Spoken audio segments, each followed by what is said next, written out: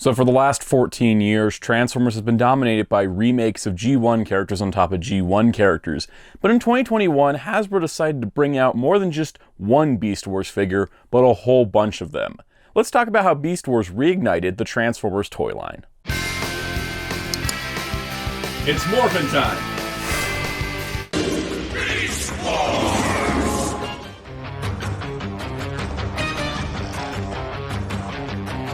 Hello, this is Soundout here, and today's video was actually inspired by a comment I got on my previous Transformers video where I talked about why I don't review Transformers anymore, and it was from one of my commenters, Rob Pollock. He left this awesome comment, and it sort of gave me the idea to make a video specifically about the Beast Wars stuff. As I talked about in that video, how much Kingdom had sort of re-sparked my Transformers interest because it re-sparked Beast Wars.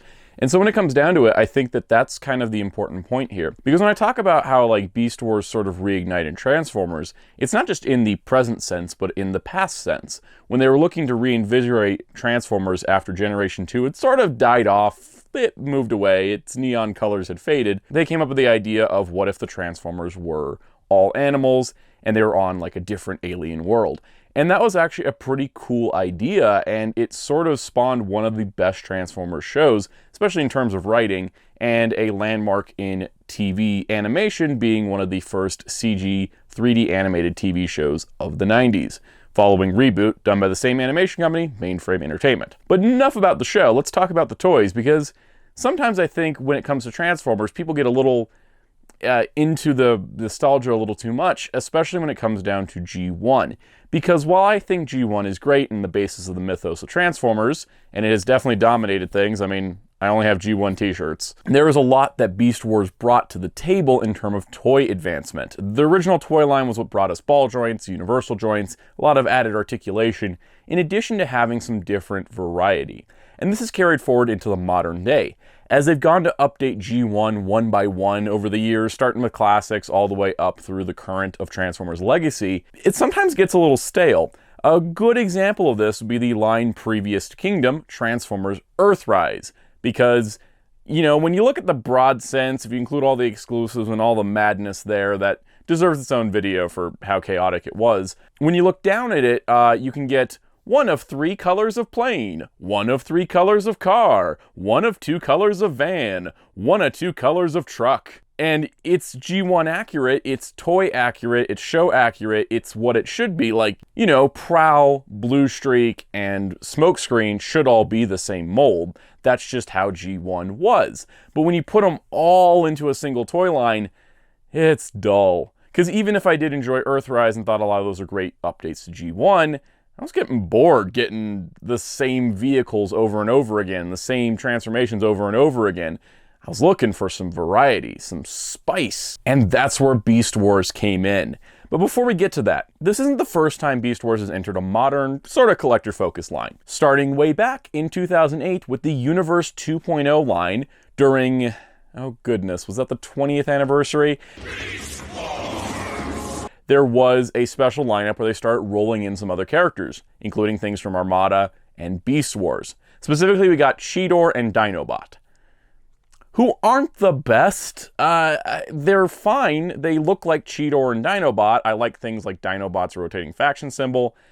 They're just really stylized in a different direction than I think most were looking for. And then that was it. No more Beast Wars until the Thrilling 30 line for the 30th anniversary of Transformers. Yeah, that's a whole 10 years later. And Thrilling 30 gave us Rhinox, who is still my preferred Rhinox, coming in a Voyager-sized class, looking very nice in his robot mode, as well as his Beast mode. Even if the Beast mode's essentially a brick, I still really like this Rhinox overall, and it's still my preferred one. We also got Waspinator, which just like Rhinox, I do prefer this one overall in general, and is still my preferred Waspinator. And his robot mode, as well as his Beast mode, also looked pretty great. There also was a Rat Trap, who I've upgraded to something I like a little bit more. At a deluxe size, he was a little large, but he did have a really nice Beast mode and a really nice robot mode. So yeah, great. We got more Beast Wars, 3 of them in a row. And then nothing. Till 2021, where we got Transformers Kingdom. And essentially what I want to do here is sort of run down what we got in Kingdom, looking at each of them individually, because I think that in general, we should talk about what makes them so cool and why it's so exciting that we have Beast Wars properly joining the lineup. So in Wave 1 of Transformers Kingdom, in the core class, we got Rat Trap.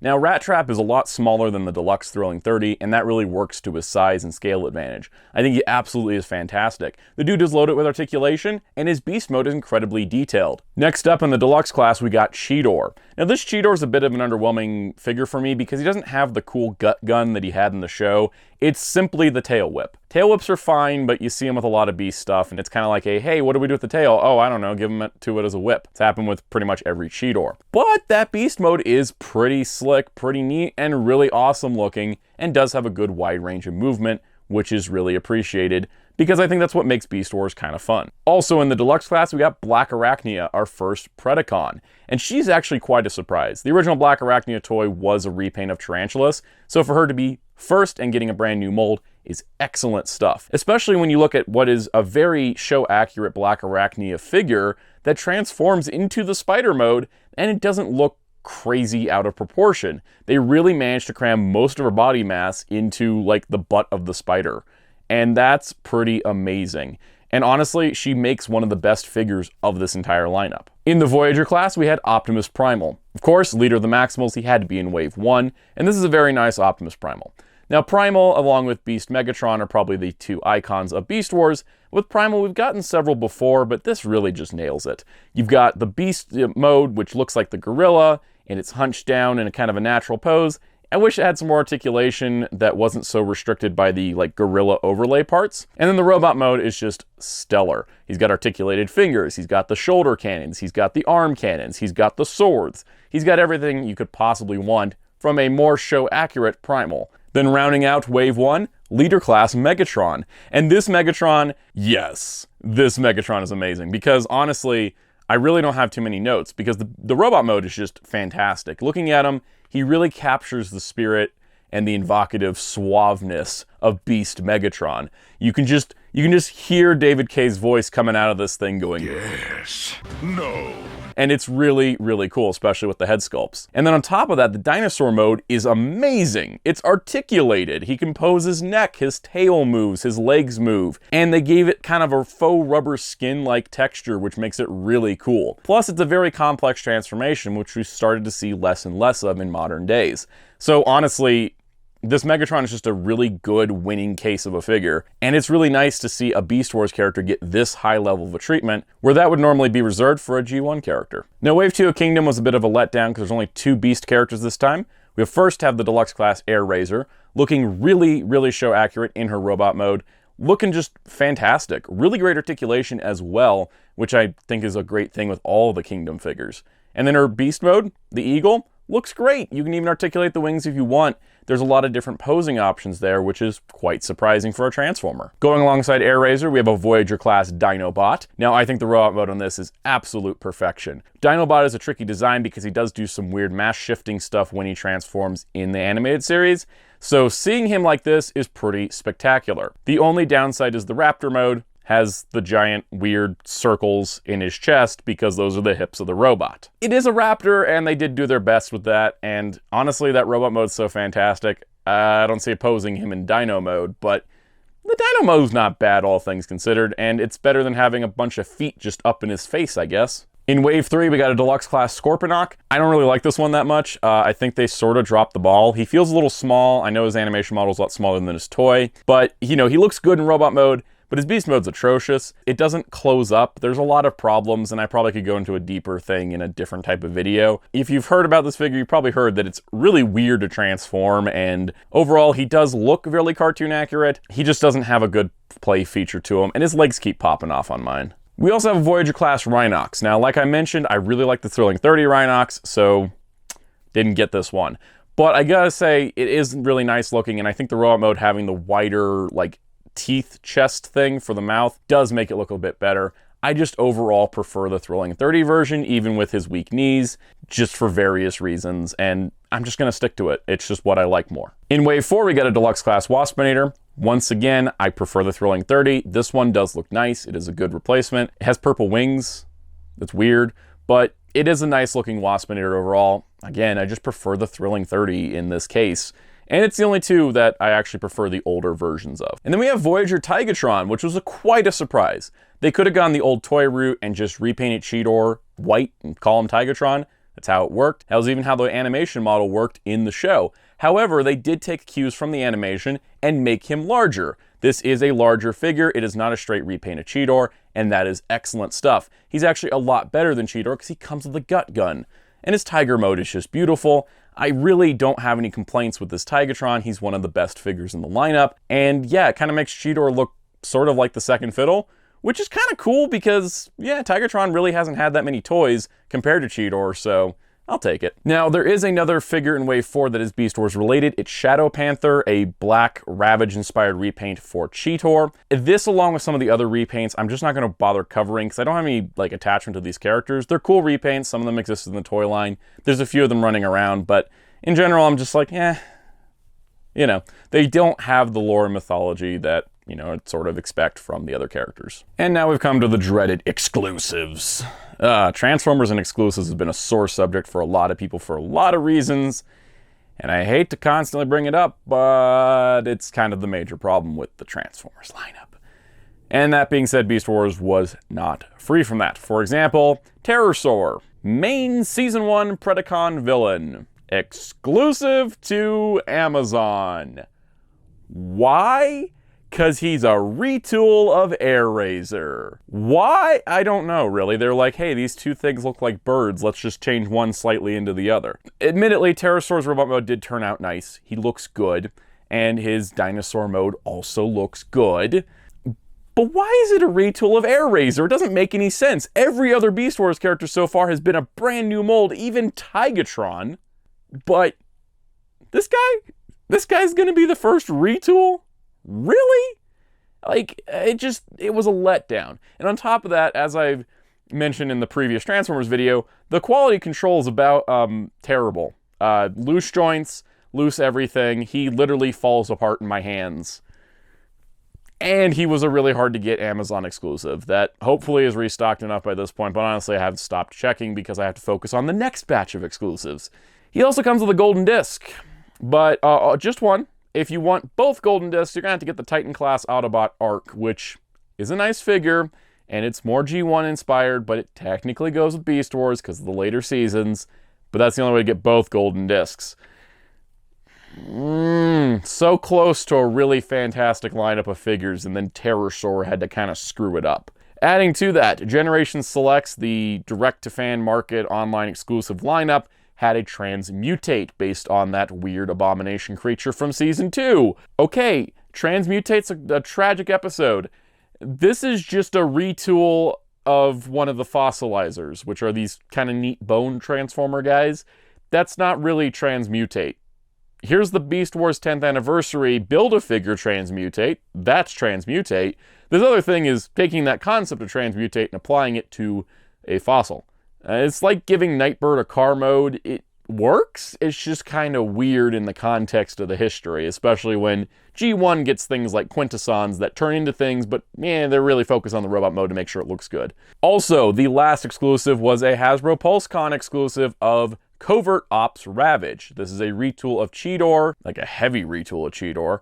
That's awesome, because I actually think that Ravage showing up in Beast Wars was a really cool moment to connect the mythologies of both G1 and Beast Wars, and it really showed that they were one solid thing, not separate items. The unfortunate part is that being a PulseCon exclusive, there has no single release, and he sold for $55 for a deluxe that came with like a G1 Ravage. At the time, $22 deluxe, but it came with a G1 Ravage and a fancy box. It was $55.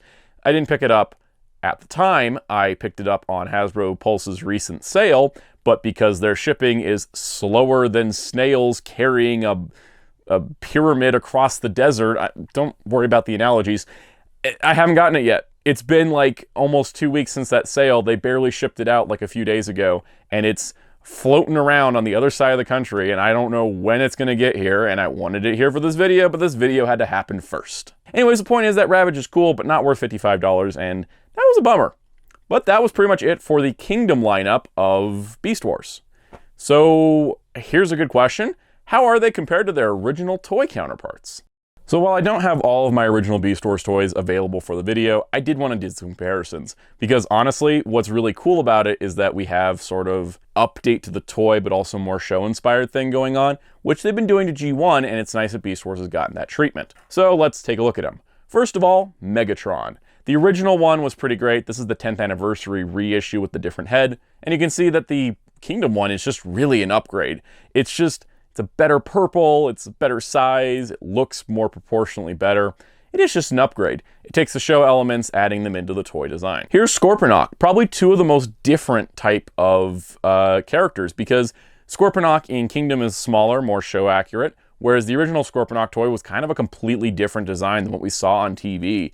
And it's kind of amazing because this is technically an upgrade for show accuracy, but it doesn't really reflect the original toy at all, which I think is kind of neat too, that they were really going for the more show looks than the actual toy looks. Here's another one, Cheetor. Cheetor was a pretty accurate toy, all things considered, from the original, but the new robot mode on the new Cheetor is a little bit more streamlined. I don't know if it's necessarily more accurate, because it's kind of a tricky design to do, but it's definitely more streamlined, and I think that kind of gives it less of that bulky feel, and that makes it look more like a sleek cheetah than sort of a large mammal. Looking at Dinobot, like I mentioned, Dinobot having one of the best robot modes for Kingdom, absolutely still the case here, because the original toy, while it was good in that original mold, this one being the 10th anniversary one, it looks fine. It's just the new Dinobot just looks better and it looks more accurate, and he's much larger. He's not a deluxe size, he's more of the Voyager size, as he should be. In addition to that, while we did get quite a few Beast Wars characters in Kingdom, there were two missing, Inferno and Tarantulas. And yeah, they're just sitting here waiting to do their side-by-side comparison. And luckily, Tarantulas is coming up in Legacy Wave 2, and then Inferno is on the box for Legacy Metroplex. So hopefully that means he's coming as well. Now, where does it come into this whole it spices up and reignites Transformers thing? Well, let me ask you a question. What's cooler, a little truck or an eagle? What's cooler, a fire truck or a Raptor?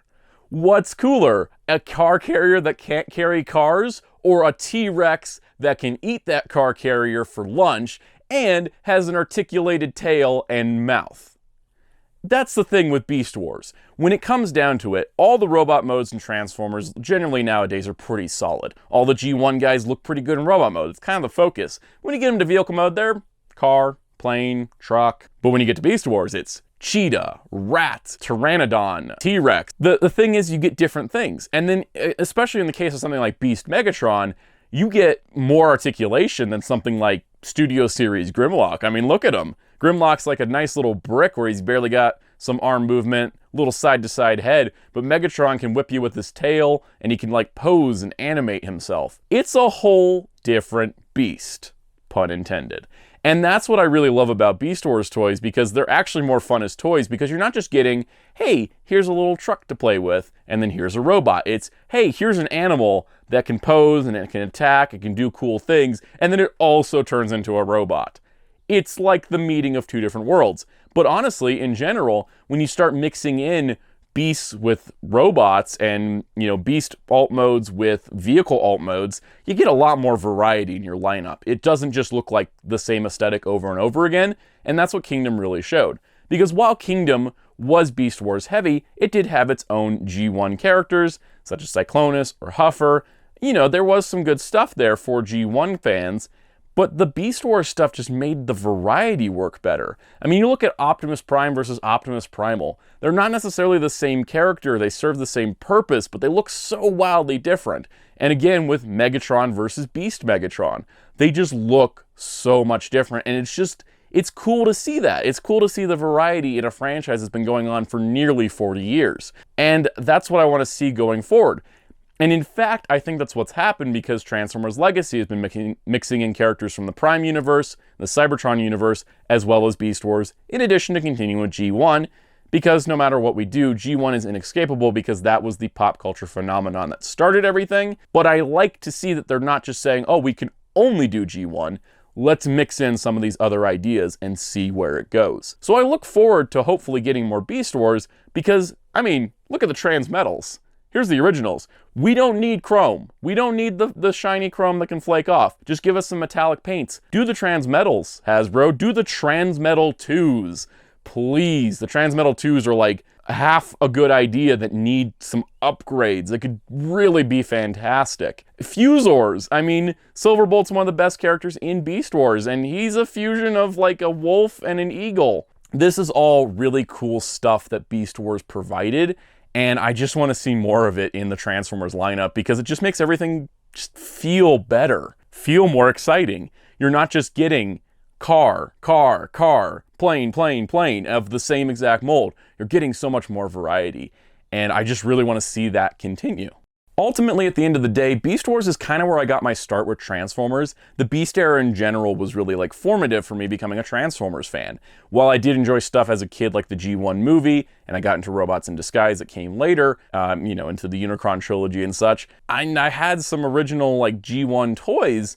I had a lot of Beast Wars toys as a kid, particularly the Transmetal and Transmetal 2 eras. Those were really my jam. But I've had this experience with Beast Wars, and so what I'm getting now from them going really hardcore with like nailing out Beast Wars figure after Beast Wars figure is I'm sort of getting the experience that a lot of the 80s kids are getting with the G1 stuff, where they're like getting a new Ultra Magnus, and they've gotten like 3 new Ultra Magnuses in the last decade, and we just got our first Tigatron.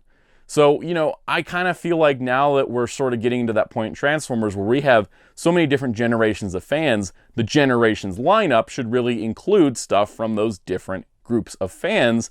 And I'm really happy to see that Kingdom sort of felt like, hey, let's just do Beast Wars. Like it really did, because a bunch of 86 movie stuff moved over to the studio series that I feel like would have just been in Kingdom normally. But they decided, let's do Beast Wars, let's see if we can do it. And clearly it was successful, because now Legacy and onward, this is the direction we're going in. We're getting a mixed assortment. While G1 will still probably be the focus and still be the heavy hitter, the rest of it being there and the rest of it apparently selling well enough to do so is really exciting for being a fan of Transformers, because we don't necessarily can predict everything going on, and we're not just checking off how many times are we doing the 84 roster, the 85 roster, the 86 roster. It's funny because they keep starting them and not finishing them, but the point is that we can actually get a more variety of a lineup for a franchise that's been around for a very long time.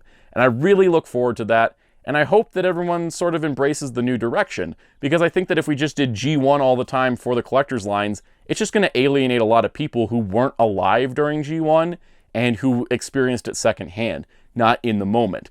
And that's what Beast Wars, anytime there's a Beast Wars thing, I get really excited because I was in that moment. So at the end of the day, I'm really happy that Transformers got to take that step and do Beast Wars stuff. And even if it's just to like prep people for a movie that's using Beast Wars stuff, I'll take it. I will take the variety. It's wonderful, and it's actually sort of reinvigorated me. And I hope that came across in this video. I did want to kind of run down how the Beast Wars thing started, and makes a good historical marker for those looking, you know, 5 years from now when we have every single Beast Wars character that appeared in the show, plus a bunch that are exclusive to the toys. And, you know, we're like overwhelmed with Beast Wars. We're like, we got too much Beast Wars. Why do they do so much Beast Wars? You know, if you're from the future, leave a comment. I'd be curious if I'm still around, and I hopefully am, because I would love to see us get as much Beast Wars as we do G1.